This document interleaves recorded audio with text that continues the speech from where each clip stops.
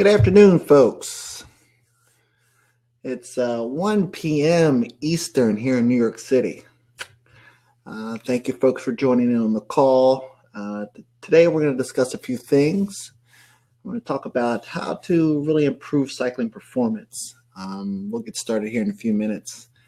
Thank you, Steve, for being on the call. Also, Dan Robles, always nice to see you as well.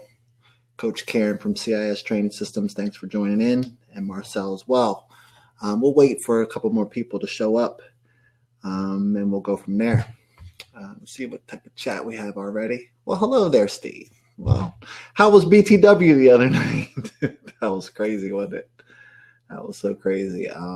Little power drop, but it was all right. We'll get after it next week. Oh, thank you very much. It was the best one yet. It's just going to get better because Coach is getting more fit, so we get a little tougher.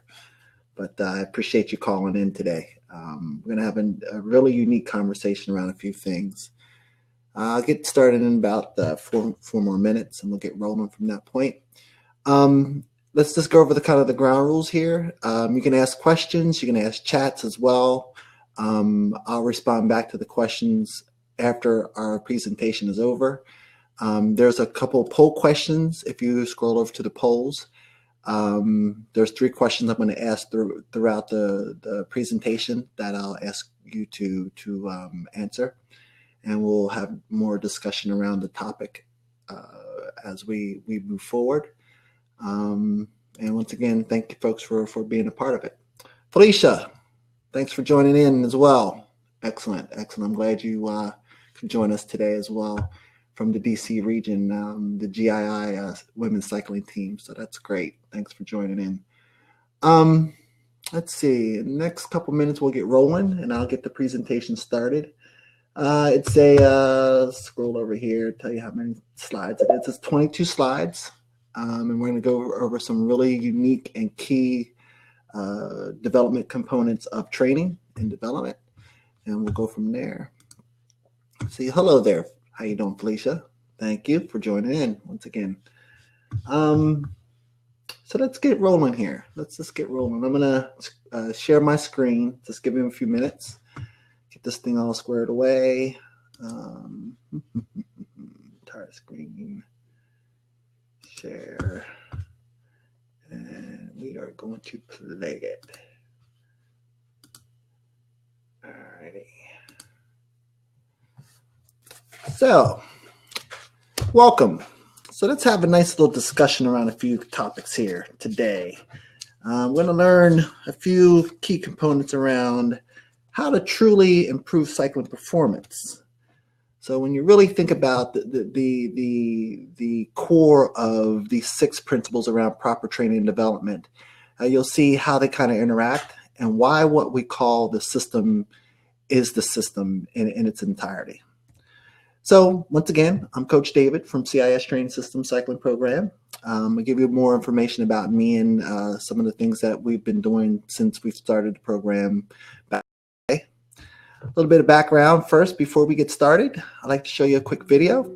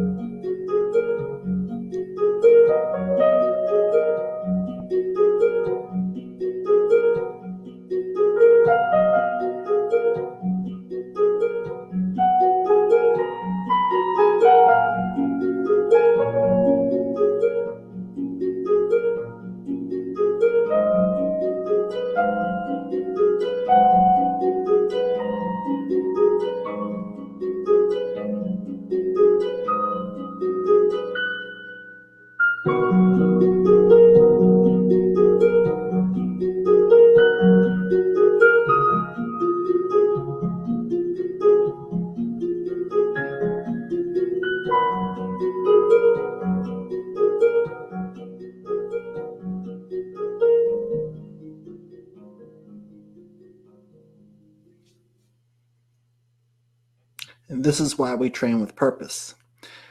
That individual in the video was Scotty Weiss, the 2016 Masters World Champion, TT and Road Race World Champion. He clearly shows the certain components of training that we so get into how we actually train within this program. So once again, let's talk about some specializations of what I do. Number one, I'm a black belt martial arts since 1993. So a lot of the things that we learn in this program is how to truly drive these disciplines and focus around training. Category 2-3 cyclist since 1997. So I've had some unique opportunities to see the good, bad, and the ugly. And some of those experiences that I've gained, I bring within this program as well, and these 6 principles of training. And lastly is I'm a competitive performance coach since 2006. A little bit about us. Okay, we established CIS in 2008 in New York City. We're a world-class cycling and coaching and development program with many clients all over the world. We have a junior team, a women's team that we're coaching as well, and the majority of our clients are from Canada and here in New York City, and some sporadic folks overseas as well. What we do really unique here is we create this conversation between the science of cycling and the art of professional coaching. So I'll give you a little bit of background of what I used to do within my career. I was an HR professional, so a lot of what I did was develop over 12,000 employees in the financial services industry that I worked for the last, I think the last 10 years of my career. And a lot of these skills and these disciplines that I've learned in financial services and HR, I incorporated a lot of those same types of skills aligned with the science of cycling and really married the two together. I think that's what makes this program so unique. So when we talk about our mission, a lot of people say, well, let's talk about what we do. No, CIS, we talk about why we do it. So here's why we do it. Our goal is to break down the barriers that impede performance on and off the bicycle, because that's where the rubber really meets the road. I think a lot of times what we tend to forget is, we want to train, but if we don't have the other components as it relates to work-life balance and all those other key things, work, family, this, that, and the other, we can't perform to the highest level of our standards.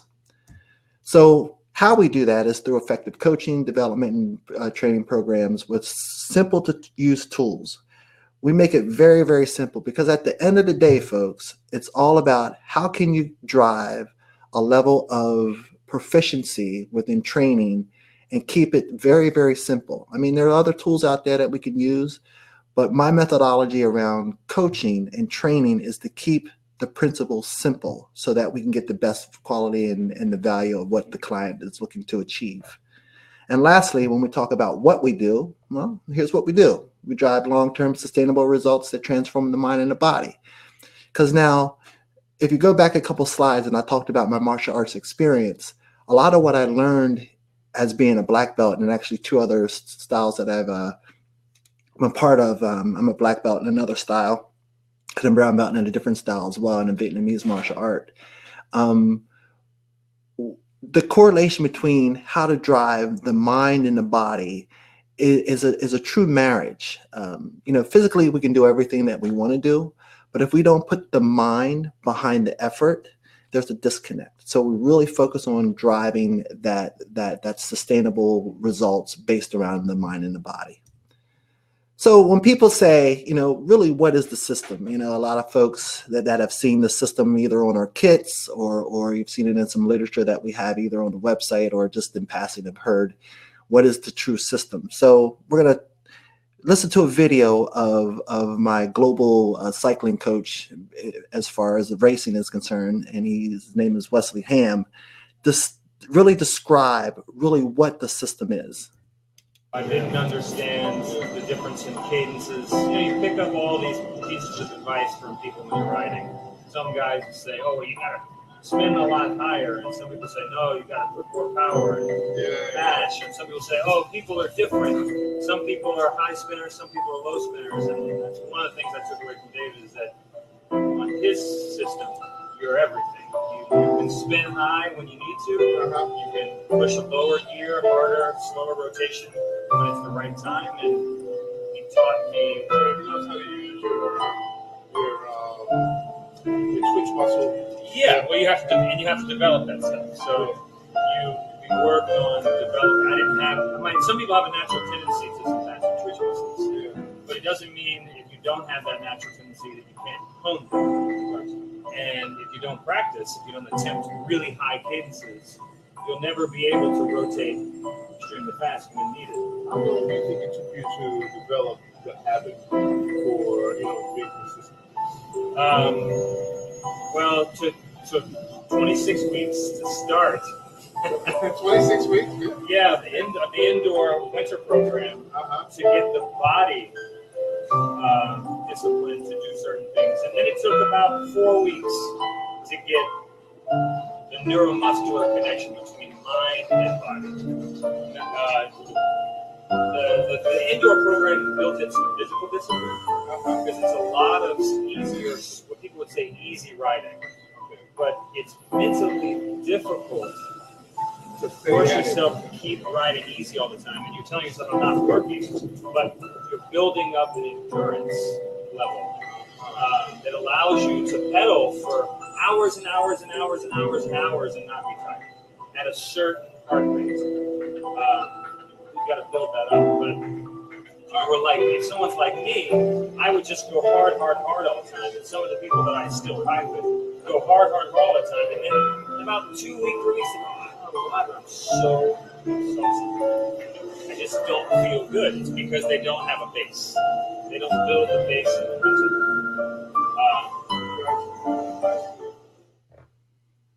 So that's what the system is. And just in more information around what the system actually is, it's a unique way of looking at a holistic approach to cycling, training, and development that transforms the mind and the body, that opens the door to new pathways to success. That's the core of what the system is. It's all of these key components that I've learned over the process of this coaching, training, being a racer, developing people. These are the core concepts of how to truly open the doors to pathways to success. So how to improve your cycling performance? Let's get into the crux of this conversation, folks. Here we go. Now, if you go on the right-hand side, you'll see there's a poll question, and I'm going to ask you 3 questions. The first question is, while I suffer, I seldom blow up on climbs when the tempo increases. Agree or disagree? Post your poll, and we'll go over that after the presentation. Second question.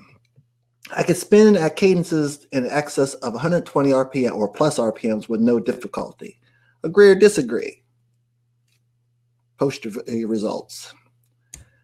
Number 3. I'm capable of enduring relentless suffering for long periods of time, perhaps as long as an hour.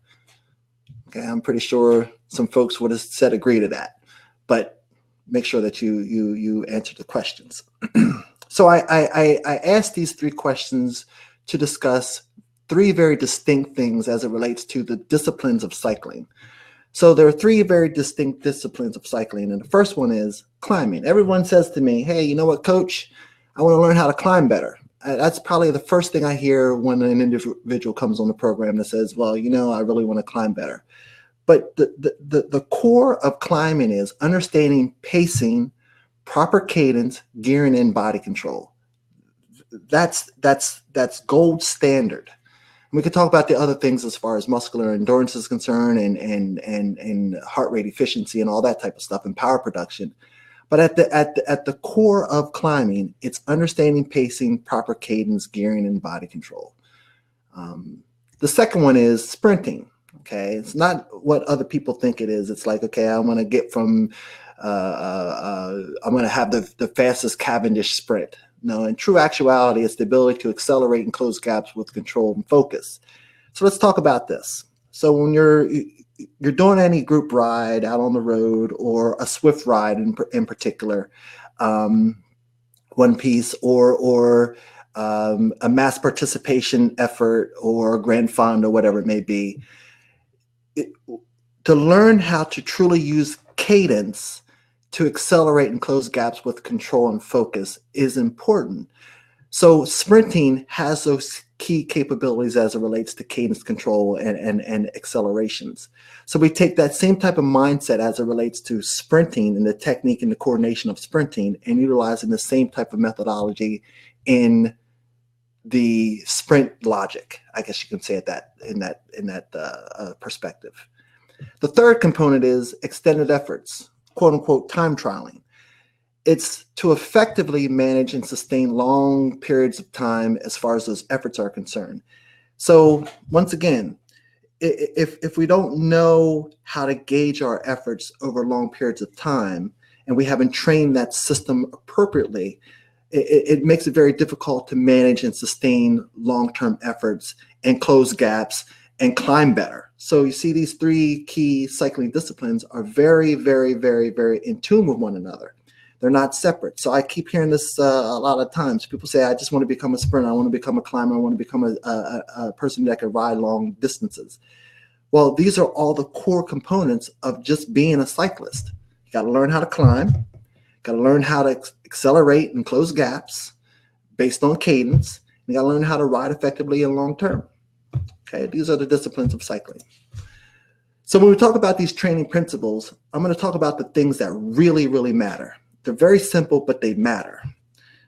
Okay, so in the general component of training, or in the protocol of training, 80% of the training that you do is heart rate based focused. Because at the end of the day, the heart is the most important muscle in your body. You have to learn how to train it and understand how to use it to the best of your ability. And the first phase is endurance training, building cardiovascular fitness and heart rate efficiency, which is so important. Okay, we'll go down into more of the depth and detail of why endurance training is important. Number two, cadence development. I often hear this is this question. Sometimes people say, well, I ride in the big chain ring all the time. I ride in the big chain ring all the time. Well, understanding small chain ring development is important to understand how to truly pedal with efficiency and control over various terrains. So we're not always going to ride on flat surfaces, folks. We're going to ride over varied terrains. So in order to understand how to use cadence development over various terrains and the cadences to use to do it is important. Third component is to apply force. A lot of times, we're busy professionals, folks. At the end of the day, there's not much time that we have to do other activities as it relates to going to the gym. But applying force and the ability to build on the bike strength to enhance muscle recruitment, if done correctly, can be done in a structured environment around any drill that you have that has a purpose behind building that component based around general training. And all this stuff that we're talking about right now, endurance, cadence development, and force development, is all about general based training, which is 80% of what you do. So once again, 80% of what you do is endurance, cadence, and force development. But now the other 20%, we call this the 80-20 rule. It's the Pareto chart. We learned that in high school. Specific training as it relates to power and heart rate focus, or actually it's the other way around, heart rate and power focused. So you're going to still have to focus on your heart rate, but power is the driver of what we're looking to achieve. So 20% of what you do is going to be based around these three things. One, threshold development. We often hear that all the time. Oh, I'm going to do this interval training, this, that, and the other. But it's how you do the actual the interval that matters. To build muscular endurance and utilize lactate as fuel. Okay, it's not how hard you ride. It's about how consistently you do it. So Doug can actually, or Steve can actually tell you this, and you've seen this happen on our BTW rides. It's the ability to utilize this lactate as fuel. And a lot of our members have an opportunity to, or they understand that component on driving sustainable efforts for long periods of time and not tap into the red zone. That's important. Second part of that process is how to truly drive speed. Speed is through proper cadence and control and gearing. So as Coach Wesley said, and I love this phrase, and he's coined this phrase, it's not how fast you go, it's how you go fast. Once again, how to generate speed is not how fast you go, it's how you go fast. And a lot of that is based around proper cadence, control, and gearing. Lastly, power generation is the combination of all the prior principles of training for you to cycle stronger for longer. So once again, if we go back to the 80-20 rule, 80% of what you do is aerobic, 20% of what you do is going to be based around threshold, speed, and power generation. So let's go over the model. Okay, let's go over the model. A lot of times, folks say to me, I really want to gain some fitness. I want to get stronger. But there's a process of how you actually do it. So let's go back to the first couple of slides that we talked about. We incorporate the science of cycling with the art of professional coaching. So I'm going to describe this model as it relates to training. So the CIS performance training methodology looks like this. It's a commitment, ownership, and responsibility to excellence. So you commit to what you do, you own up to what you do, and be responsible and accountable for what you do to show the art of your excellence in your craft. That's what the core concepts around what this program or this process is or this methodology is. There's a couple phases. So as we go through these phases, you'll see that they're based in quadrants. Okay. So as I walk through the process, you'll see in a succinct order how these things actually flow. First phase is general foundation heart rate-based training, as we've talked about on the previous slide. So the key focus around that is the discipline and training and focus. Once again, it's going back to my martial arts experience of learning how to train with a high level of focus. Because at the end of the day, if we don't build that strong foundation, we can't continue to keep moving forward to get to the excellence of what we're talking about as in our core values or core competence. Number two, attention to detail and consistency. Those that are on my program know what I'm talking about. It's attention to detail and consistency in what you do. The easiest workouts are the hardest ones to do. Why? Because of the fact that it requires attention to detail and focus and consistency. Lastly, it's about heart rate control and cadence control, managing those efforts across the board. It's easy to ride hard, but it's hard to ride with efficiency and control. Key focuses in those areas around phase one is heart rate control and the observation of aerobic power output. So once again, we're not talking about power as other people might think it is. We're talking about aerobic power because cycling is an aerobic sport, okay? And it's an endurance sport. In order to get to a power output, there's a couple key things we have to do prior to us getting there. So there's some key disciplines as it relates to skill development, and I'll go over those key pieces. But first, we start with a baseline type of testing, which we do a ramp test, which is describes the amount of a maximum aerobic power that you can produce aerobically and anaerobically.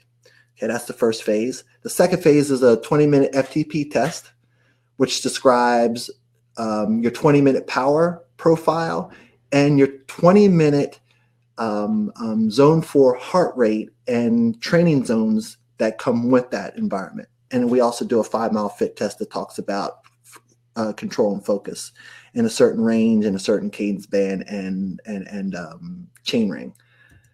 So when we talk about this baseline testing, there are 3 key pieces of this skill development that we talk about. Endurance training, which is zone 2 heart rate, which is to improve efficiency, 90 plus RPMs. So when I say 90 plus RPMs, a lot of times when folks come on the program or just in training overall, we say, okay, my comfortable training zone or my comfortable cadence is 75, 80 RPMs. Well, I'm forcing you to go above what you're comfortable doing. Okay, so we say, allow the uncomfortable to be comfortable.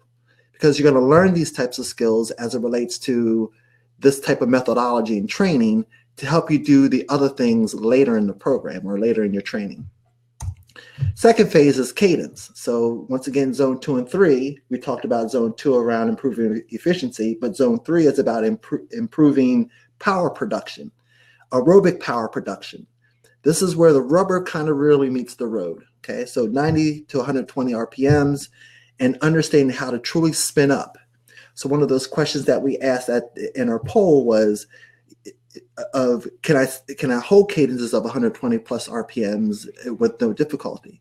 Well, the key thing here is to learn how to spin up and to accelerate when we need to accelerate. Third phase is tempo and force development. Once again, phase 3, which is zone 3, 50 to 90 plus RPMs in both of these key phases.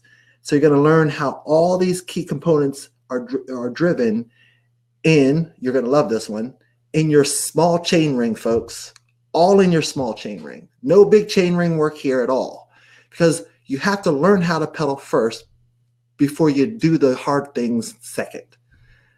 Okay. So phase 2 talks about the specificity of training as it relates to heart rate and power production or power generation. So these key components around this phase 2 is mental toughness. These workouts in this environment are very difficult to do. Once again, it's hard to ride with focus. It's very difficult when it comes to these harder workouts. If we don't focus on mental toughness, once again, this goes back to my martial arts training. A lot of my training was all about mental toughness. Physically, we could do everything, but mentally, if we don't apply ourselves in the effort, we miss the boat. Second phase is repeatability and adaptability, because in this phase, you're repeating efforts over and over and over and over again to adapt to the efforts going forward. If we only do them for a certain amount of time, we don't create those synapses from the brain to the working muscles to repeat and repeat and repeat and adapt and repeat and adapt, so forth and so on. Third phase is mastery towards excellence. Once again, let's go back up to our core, our values here: commitment, ownership, responsibility, and excellence, to truly master your art of cycling. That's, we spend a lot of time, on our bicycles, so why not master the art of cycling? So when we talk about the focus, it's heart rate control still, gearing, and power production is the core focus around this phase 2 environment. So when we talk about specificity, we do a baseline comparison testing from the first time that we start in the skill development so that we can see where our numbers are before we get into the specificity of training. And that happens in the middle of zone 4 or phase 3 to phase 4. Okay, zone 4 heart rate, what we're talking about, pushing that lactic ceiling higher, or that threshold ceiling higher. That's where, when you see these FTP tests, that when we first start doing these FTP tests, they say, okay, well, I just can't get to the level. Well, we haven't pushed the ceiling higher to support an effort of that type of magnitude, which creates mental toughness, repeatability, adaptability, and mastery towards excellence. 93 to 95 RPMs is the cadence band in that range. In phase 5, we talk about speed. What we talked about before is it's not how fast you go, it's how you go fast. It's all based around gearing and cadence control. 97 to 102 RPM zone 5, which is to sustain a higher level of maximum power output, which is exactly why we do a ramp test, is to get to that level, to support a higher effort in that level. Then lastly, it's about power production. How do we truly drive power? It's zones 3 through 5 plus, and it's all the cadences that I just described earlier in this process. 90 plus RPMs, 90 to 120 RPMs, 50 to 90 plus RPMs, 93 to 95 RPMs, 97 to 102 RPMs. And there are many more that go into the core of specificity in climbing, sprinting, and time trialing, okay? So when we really think about this whole opportunity, it's a cross between the small chain ring, big chain ring, and then small chain ring and a big chain ring, as you see the correlation between endurance in phase 1 through power into phase 6. It's a cross between all these cadence bands and all the big chain ring and the small chain ring. So I often hear this, and folks come on the program and they say, okay, I don't want to drop my fitness. I'm going to lose fitness. I came on the program with a different level of fitness. Well, based on science and overcompensation, now let's get into the science of it. Here's what's actually happening in training in any program that any coach offers if they do it correctly. Here's what actually happens. So when you really focus on training properly in skill development, you'll notice the training curve goes down, dips to phase 2, comes up to phase 3, levels off in phase 4, extends up to phase 5, and goes all the way out to phase 6. That's what your training curve looks like. So when you think about the true actuality of training with purpose, as we talk about, when you learn skills first, because we're not working so much on the stress levels, because it's heart rate based, but you're going to get some skills and some development. You're going to get some fitness that goes along with that, so that when you start getting to the specificity of training, you'll see that training curve improve, and your fitness will improve to what ends up happening is this. Your new baseline becomes that. See the difference between where your baseline was prior to the endurance level to your new baseline?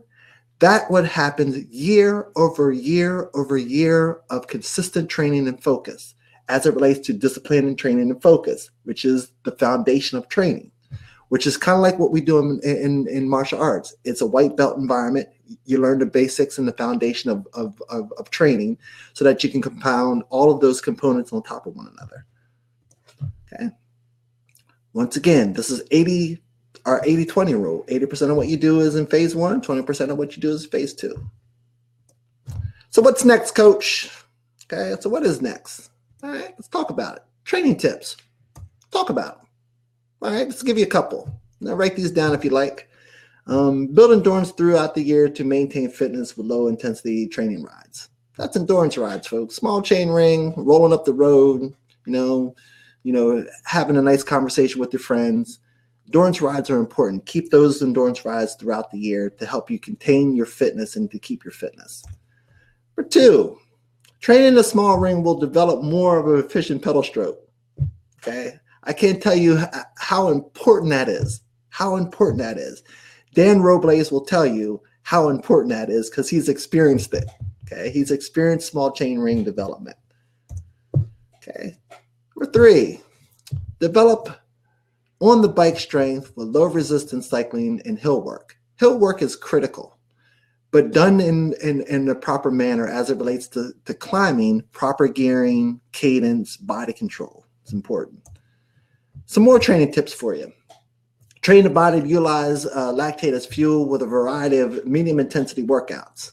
Once again, in the specificity of training, when we talked about the zone 4 work, is important to understand how to utilize zone 3 and zone 4 heart rate, fats versus sugars, to utilize that lactate as fuel. Okay, so that you don't burn up, number 1, and you don't bonk, number 2. So you're utilizing that resource sparingly. Number 2, when it comes down to improve endurance, speed endurance with carefully selected high intensity intervals, it's important. And lastly, to perform periodic assessments and to measure your fitness level. All right. So if you would like to maximize your potential as a cyclist, maintain contact on the climbs, and increase your overall speed, then CIS Training Systems is a program for you. Okay. Questions and answers. So let's go back here. All righty. I'm going to shut this down here for a second here. Disable. All right, folks. Let's go to the polls. See what the polls say. All right. Let's see. Agree, disagree. Okay, so the first question was capable of enduring relentless suffering for long periods of time. 3 of you agree. It's good. I can spin up accesses of 120 RPMs with no difficulty. A lot of you disagreed, okay? And then while I suffer, I seldom blow up on climbs when the tempo increases. Do you agree? One of you disagree? All right. So that's a sign of some key things to understand as it relates to training. So I'm going to open it up to some questions. If you have any questions, we can go from there. I can see the first slide of the training tips again. Okay, you can see the first slide. Let's see how I can do that. I will do it this way. Give me 1 second. I'll show that for you. Training tips. I'm going to go to the actual presentation. I'm going to upload it. Let's see if I can go back. Training tips. Let's go back here 1 second.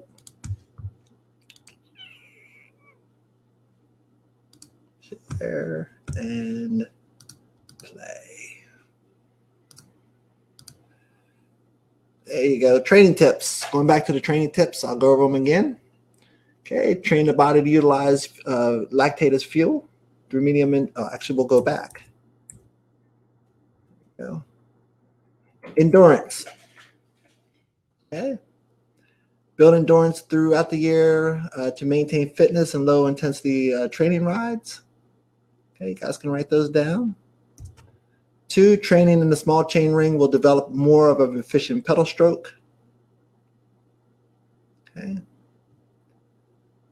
3, develop on the bike strength with low resistance cycling and hill work.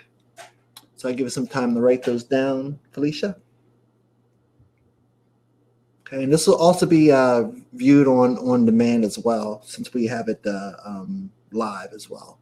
So be able to see that information after this presentation is over. So the next level around training tips.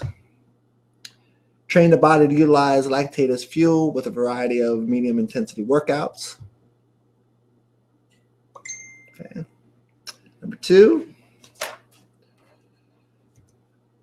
improve speed endurance with carefully selected high intensity intervals. Okay.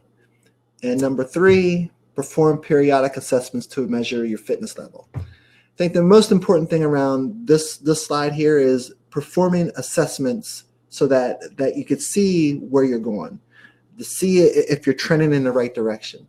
You know, what we do here on this program is every month we test with a 5-mile fit test so that we can see improvements over time. 5 miles is just long enough to see improvements. Okay, so we'll go through there. 1 second. All right. See, based on the training tips and hill work, are you saying we should train hills slow to build strength? Yes. So that's a good question there, Felicia. So Felicia just asked, based on the training tips around hill work, are you saying that we should train hills slow to build strength? Yes. There's a certain cadence band as it relates to, there's 2 things you have to think about. It's heart rate control of not going into the red zone. So zone 3 heart rate is important, okay? And 50 to 70 RPMs in building strength. No more, no less. Because building hip strength, building ligament strength is important because that's the core of climbing before you start getting to the muscular endurance training to really support speed in climbing and effort in climbing, okay? Great question. Really great question. Really great question. I'm going to give you a like on that one. There we go. Give me a like on that one too. Any other questions that I can answer for anyone? Okay. Well, I appreciate you folks calling in on the call today. This will be available for playback here shortly. So if you have anything or any questions that you might have as it relates to training, contact me. My information, actually, I'll put my information here so you can see. email me at david@CIS Cycling. Okay. So if you have any questions, feel free to contact me. So once again, I thank you folks for calling in and being a part of this process. So what other questions do we have here? Yeah. Thank you, Coach. I'll be in touch. All right. Once again, no worries, folks. Thanks for joining. And it'll be ready for playback here shortly. Have a good day. Peace out.